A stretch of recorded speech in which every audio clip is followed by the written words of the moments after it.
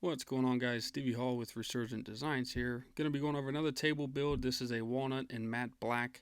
And the first thing I do is I take this big piece of walnut and I end up cutting this to make up my tabletop. So I will not use this entire piece. This is all design aesthetics, but I cut it to the length that I need to fit in the mold. And then I take cuts from either side of the live edge. So there are two sides of live edge to this piece. So I'll take one cut from either side, and those will make up the two pieces that sit in the mold and provide the river or the channel for the epoxy to sit in. So after I get these cut, I'll take them downstairs and start prepping them to be poured. What I do to prep it is I use Total Boat's penetrating epoxy, and the penetrating epoxy is great because it really seals the wood from the inside out. So it soaks into the grains very deep and seals it inside out. That way when you go to pour your river, you don't have to worry about any bubbling or anything like that. And it's especially important to do it on the top, especially when you're working with dark colored epoxy like this matte black I'm going to use. When you drop any of that matte black on the surface without it being sealed, that will soak into the grain on the top surface, and you'll have a lot more sanding and a lot more work to do to get that out of the wood grain for your finished product. So I'll always do this seal on the top just to be safe, to make sure I don't get any of that staining in the wood. And after this, I will let it sit for about 3 days, and then I go out and scuff it up. So you scuff it up with sandpaper. I always tend to go a little bit overboard, but you just want to give it a nice rough up, and that's really because you're kind of giving the grooves and teeth for the epoxy to bond and to grab onto your piece. So that's why it's important to do this. I go around by hand, obviously, on the sides, and just sand the top of it. After I'm done sanding it, I always go around with mineral spirits on a rag to wipe away any of the debris or residue. And after I'm done with these, I will take it right back down to the pour room and we'll get ready to pour.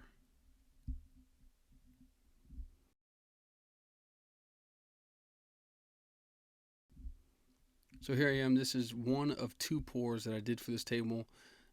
This is 3 gallons of 6 gallons I ended up using, but this is Total Boat's thick set Fathom that I used, and I will always pour all the epoxy in and mix it before adding color.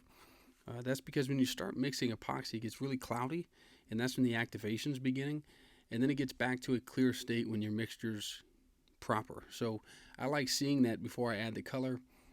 Not everybody does that, but that's just the way that I've done things. But then finally you get to pour, which is a very rewarding step. This is Maker's Reusable Mold, the MRM you see on the side of the mold there. This mold is really cool because, as you'll see with this next angle, it gives you this clear panel, and you can see exactly how thick your piece is and how much epoxy you're pouring. And you can see these pieces of walnut are right around 2.5 inches thick.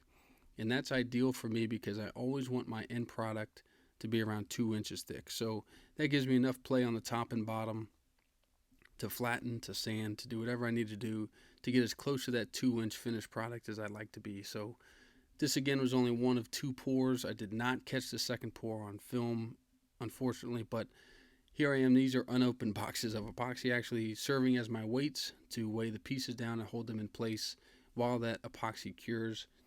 Give it a little torch here to get rid of any of those little bubbles that surface up, and I let that sit. And again, I did a second pour and then let that sit for 7 days, and then we finally get to demold this. This is obviously a very rewarding step. I love this step of the process, and then we'll take it up and get ready to flatten it. One of the other big investments, and probably one of the best investments I've made for my shop lately, is this flattening jig. This is the Woodpecker's flattening jig in Festool router, and I get this on there. It's really important that you check to make sure everything's level as you get closer to flattening the surface that you want. Once I get this rough flattened, I will then give it a little light sanding here.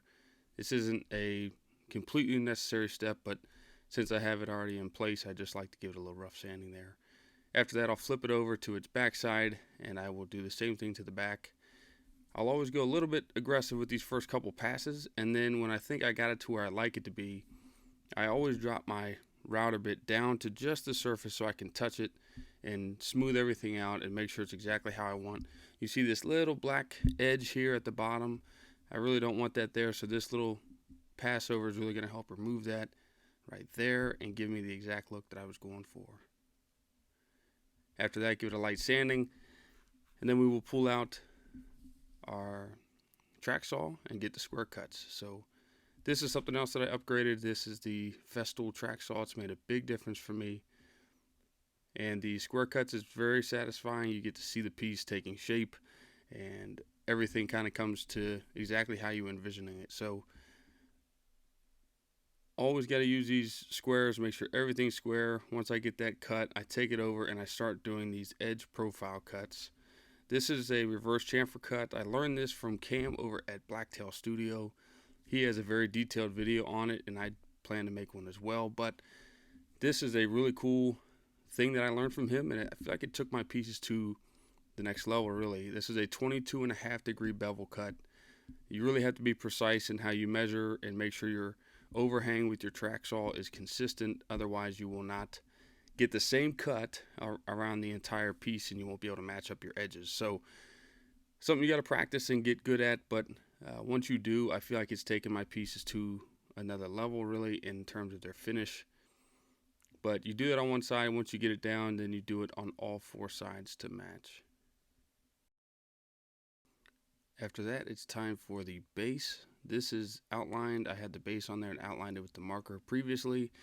And this might make some people cringe, but I don't use a jig or anything on most of these. I just freehand these, and I feel pretty confident that I can remove most of the material that I need to, and then take my time around the edges like this to get right on those lines and be exactly where I need it to be. So some people might not think this is the best technique, but it works for me, and I've been doing it long enough that I have pretty good results with it.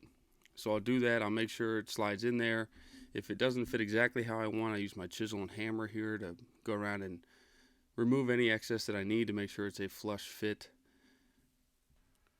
And you can see now this is nice and recessed. I'll mark the holes, put my threaded inserts and secure them in place, and then we get to finish. And applying this Rubio Monocoat is one of the most satisfying steps for me.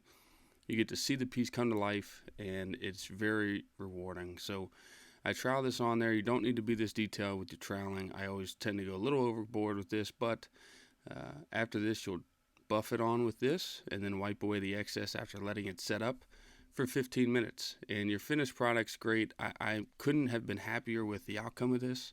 You see that edge with the clear walnut pouring over. It's just a very timeless piece with the black and walnut combination. So drop any comments, questions, or concerns down below, guys. Don't forget to like and subscribe, and we'll see you soon.